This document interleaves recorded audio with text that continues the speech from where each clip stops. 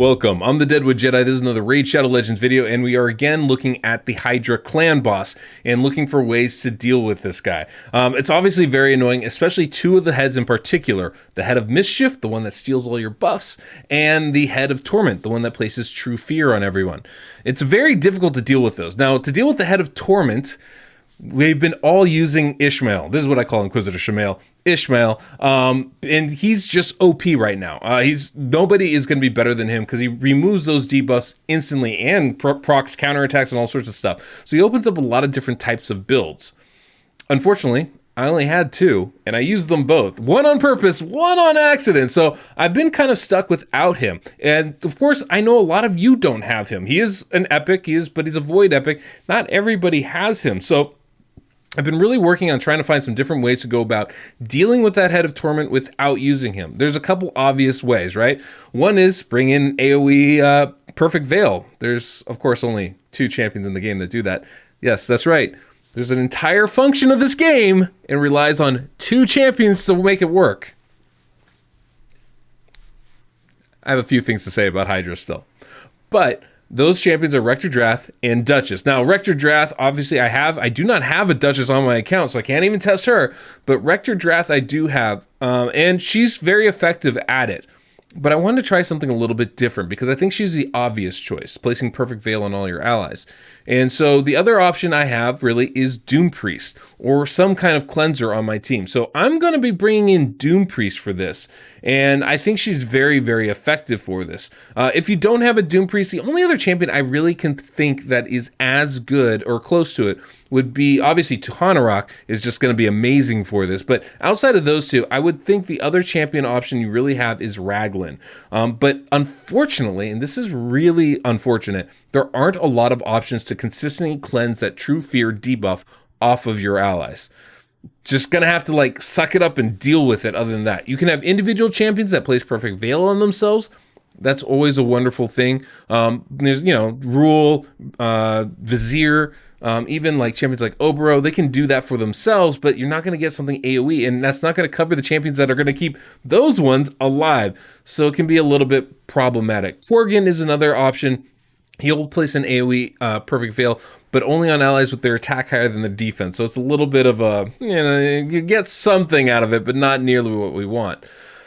So anyway, there's not a lot of ways to deal with this. For this team, I'm going to bring in Doompriest, and we're going to use Doompriest to cleanse all these debuffs, and I think it's going to be very effective. She also brings some healing for us, which is going to be important. So between that, I think Doompriest is going to be very, very effective. Now, the other thing that we want to deal with is that Head of Mischief, super annoying Head of Mischief, because the Head of Mischief steals your buffs. Now, in previous runs, my big focus has been just don't bring in buffs I don't want stolen, right? I'm not bringing in block debuffs. I'm not bringing in counterattack. I'm not bringing in reflect damage.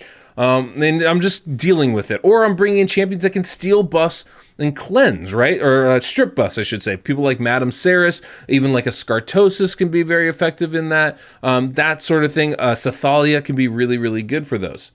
So those are that's kind of been the way I've been going. Or block buffs, right? That's another great option with champions like Ugo, Mortu Macabre, even Abyssal is very, very good at that. He's got it on his A1 ability. So there are definitely options there as far as dealing with the Head of Mischief.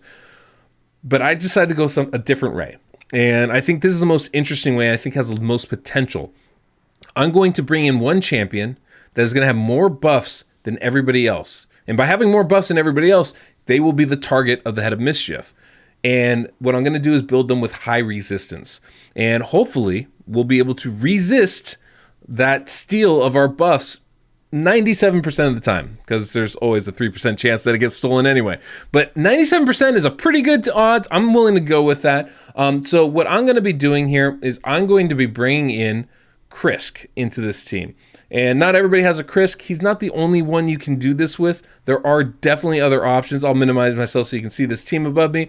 There's definitely other options you can use. There's plenty of champions, including one I really like by the name of Vergis. Now, here's the key, right? You got to make sure that you have more buffs than everybody else on your team.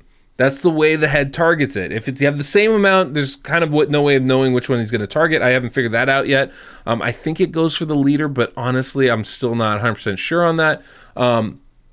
So, in fact, actually, now that I think about it, that's not the case. I don't believe. So, regardless, it doesn't really matter. The point is, you want more buffs on your lead champion than everyone else. So, what I did was, I have Krisk here. He's not geared anything really special as far as making this work, but I do have one divine set on him. And that's kind of the big thing that gives him one extra buff to start. And then, Krisk will, when he does his extension, he places 2 continuous heals on himself. He places, he does these things, so he'll have more buffs than anybody else. You can use somebody like a Vergis instead and have them buff your leader, and then your leader would be the high resistance champion. So that's another option for you to go with, and I'll probably try and show that later on if I can. But what I'm doing here too is I also know a lot of us don't have crazy DPS champions, so I'm relying on HP burn. Now, obviously, I am using some legendaries, but I'm using Ninja, who's just phenomenal for this. I'm also using Crypt King Grawl to continue to keep having those HP burns up, and Sissia Flame Tongue to activate them. And that duo is really, really effective. There's plenty of other champions we can use this with. Akoth is a really good option as well. Magnar can be pretty solid, I think. There's definitely some other options as far as champions we can use for these types of skills, but I'm kind of interested to see how these work. We also have Whirlum here to get us that decreased accuracy, give us strengthen so we don't get the weakened debuffs, and I think overall this should be a really, really solid team. So we'll see. I don't expect us to do 15, 20, 30 million damage like people are doing with the Ishmael cheese stuff, but I do think we'll be pretty good. Now, one of the things I have with Krisk is I am definitely doing I've taken off his A3 basically. I'm not using the speed up buff from his A3. So whatever speed our champions are at, that's the speed they're going to be going. And I did that deliberately. One, because it's not an attack and I prefer him to be able to attack, but also I kind of want my team in sync. I want Doompriest to be going before all the other champions take a turn, so that when that fear hits after an attack, she'll cleanse it, and then they get their next turn without any issues. So that's kind of the idea. Now, does it always work? I don't know. We're going to kind of see for the first time. This is my first time actually running this team, so I don't even know exactly how well we're going to do. But I've run something similar to it, and I think we got pretty close to about 10 million damage. I think we did about 9. But we'll see how well this goes. A big part of this is obviously how quickly can we, free somebody when they get eaten. That's a big, big thing we have to factor in. Another thing you'll notice, I don't have any revivers on my team. That's always an issue, especially if something like that, the heal reduction lands. Getting decreased accuracy from Whirlum is a massive, massive thing to help us all resist the debuffs that are landing. I think resistance, especially at the higher levels of the Doom Tower, or the Hydra, I should say, it's going to be a really important way to survive. But we'll kind of see. You can see, and even still, that 3% does land every once in a while. And he steals the buffs. I feel like it lands way more than it should. I have a ton of resistance on my Krisk, so I'm not quite sure why he steals the buffs all the time. But such is life. Now I do try to focus. I always try to focus on the boss on the head when I can. Unfortunately, they have the continuous heals. That's going to be a big pain in the butt for us. Definitely not looking forward to having to deal with that right now. And you can see my Whirlum has a lot of resistance too. Targeted Whirlum because he had the most buffs on. But this is going to be kind of interesting to see how this goes. With the HP burn, if we can get the HP burn out there, I have no doubt that we'll be able to free our stolen comrade here. But this is why I have 3 of them, because even if one gets eaten, we have 2 others to activate it and make it work for us. So, but that's going to be the key, is making sure that happens fast enough. There we go. HP burn is out. Ninja came in, did his thing, and we should be in pretty good shape, I think, here. But we'll see. Hopefully Chris can survive. That's going to be an issue for sure. But yeah, this is a pretty interesting little build. Why don't I take myself off screen? You guys can kind of watch. I am going to end this run before we get to the danger zone, right? I do not want to lose my key, so I can continue to experiment and try new things. So just keep that in mind. Once we get down to like 1 or 2 champions, I'll probably end the run and we'll kind of talk about what we saw.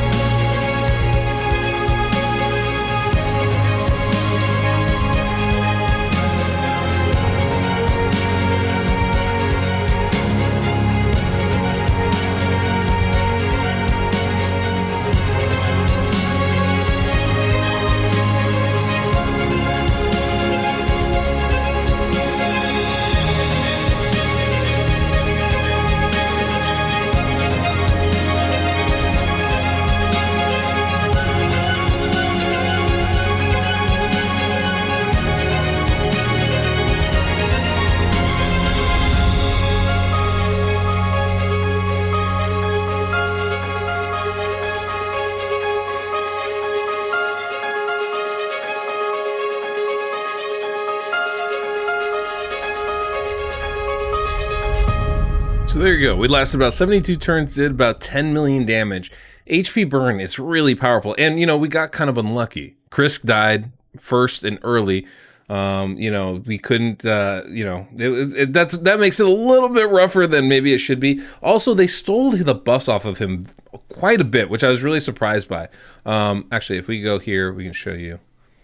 My Krisk has considerable amount of resistance, so I'm a little curious as to why. He's got 487 resistance. I think that should be more than enough to deal with the I think they only have like 200, 220 accuracy. So it's not like they have crazy accuracy. I'm a little curious as to why that got stolen so often. And I've seen that before. But that's the idea. We can, if we build up the resist high enough, we don't have to worry about that Head of Mischief hardly at all. Now, if we can combine that with some block buff abilities or some buff strip abilities, that can be really powerful for us. Not to mention, Whirlim's decreased accuracy skill, I think, is really strong also. So having those two things is really good. Now, when you're using somebody like Doompriest, there are a couple things you're going to want to keep in mind. He's only going to be able to, Doompriest, she's only going to be able to remove one buff at a time, one debuff at a time. So now mine's in Relentless, so we were able to get a couple procs and remove more than one, but typically, what you're going to want to do is you're going to, and while I'm talking, I'll go ahead and show the champions that I do have here. Typically, what you're going to want to do is you're going to want to not only have Doompriest, but you're going to want to bring that strengthen buff, because what you don't want is you don't want that weaken buff that we would get from the from one of the heads there, because that just becomes one more debuff that that Doompriest has to decide: am I going to cleanse this one or am I going to cleanse the other one? So being very careful about that is important. You're also going to run into some issues when you face, if the poison one ever comes up, because that's 3 more debuffs that Doompriest has a chance to remove. So what we're really bringing Doompriest in is to deal with the true fear. That's the biggest thing that we have to deal with, right? So outside of that, that's really the only thing that we need to concern ourselves with. And so anything else landing, is pretty much bad news for us. So we want to make sure that it's just that. For different rotations, obviously we're going to have to go with different things. I don't think that's going to be the only way to make it work, unfortunately. So just kind of keeping that sort of stuff in mind there. And who's the other one? Oh, we got where is she? There she goes. Sissia. Yeah, that's the last one I have. But you can see everybody I have built with pretty high defense, pretty high HP. My goal with this, it's HP burn is what we're doing. So my goal is just to survive. Get as many of them out there, have them hit and last as long as possible, and just have everybody survive as long as they possibly can, right? And if we can do that, I think we'll be in really good shape. But that's really the idea with that HP burn style of build. We're not trying to do crazy damage. We're just trying to survive as long as we possibly can, because we're going to let the HP burns do the surviving for us. That's sort of the goal there with it. But yeah, that was the team. I think it's pretty doable type of approach. Now, you don't need the champions that I took. They're obviously just going to be better at it. But there's plenty of HP burn champions in this game, AoE ones as well. You have champions like Mordecai, who's very good. Pestilus can be good for this. He places 3 of them. Right? There's 4 heads. So that's a pretty good odds. I've heard that people have had a lot of success using Geomancer. I struggled with it a little bit, trying to do some particular things like buff spread it. Didn't quite work out like I wanted to, but he can be good, obviously. Akoth the Seared can be really nice for this type of thing. And of course, Ultimate Gaelic, especially if you combine him on a team with Doompriest. Doompriest gives you the increased attack buff. Why can't Ultimate Gaelic do the work after that, right? So there's definitely some options as far as AoE HP burn, and I think it's a really good way to go damage-wise if you don't have those OP damage dealers, you don't have those OP DPS champions, and you're just really, trying to make it through. I think HP burn is probably one of the best ways to go about doing this. So anyway, hopefully this was helpful for you guys. Hopefully you got something out of this. I wish you luck on your teams. Don't feel bad if you're not doing, high levels. I don't think anybody really is right now. And they're certainly not doing it without using that Shamail cheese. So, outside of that, I don't really see any ways to do crazy damage at this point without OP champions, right? This is pretty end game content. This is a level above what the Demon Lord Clan Boss is. So, don't get too frustrated. Just know it's early on and we're still learning stuff. And I guarantee there's going to be some tweaks to the boss as well, right? They have 2 extra difficulties planned past this. If people can't get there, obviously they're going to have to make some adjustments. So give yourself some time. I don't think my clan's even going to be taking down the hard boss. You can see we're only 74% of the way through. Took down normal nice and fast, but hard is a whole different story. And, we have more than a few people that have used a few keys as well. So, just kind of keep that in mind as you're going forward. I wish you guys the best of luck. And till next week meet, I'm the Deadwood Jedi.